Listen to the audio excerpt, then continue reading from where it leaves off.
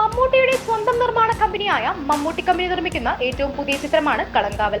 Mammootty negative ടച്ചുള്ള ശ്രദ്ധേയമായ വേഷം കൈകാര്യം ചെയ്യുന്ന ചിത്രത്തിൽ വിനായകനും പ്രധാന കഥാപാത്രമായി എത്തുന്നു.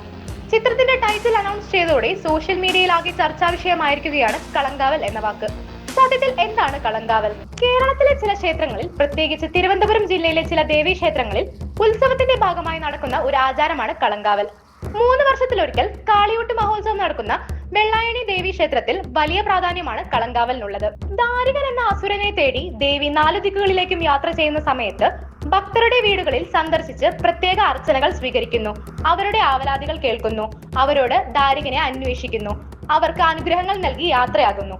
ദേവിയുടെ സന്ദർശനത്തിന്റെ ഭാഗമായി ഭക്തർ വീടും പരിസരവും വൃത്തിയാക്കുകയും സദ്യവട്ടങ്ങൾ ഒരുക്കുകയും ചെയ്യുന്നു.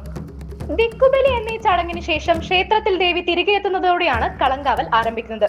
7 ദിവസം നീണ്ടു നിൽക്കുന്ന ഘോരയുദ്ധത്തിനൊടുവിൽ ദേവി കൗശലം പ്രയോഗിച്ച് മന്ത്രവാൾ കൈക്കലാക്കി ദാരികനെ നിഗ്രഹിക്കുന്നതാണ് കളങ്കാവലിന്റെ പ്രധാന ഭാഗം.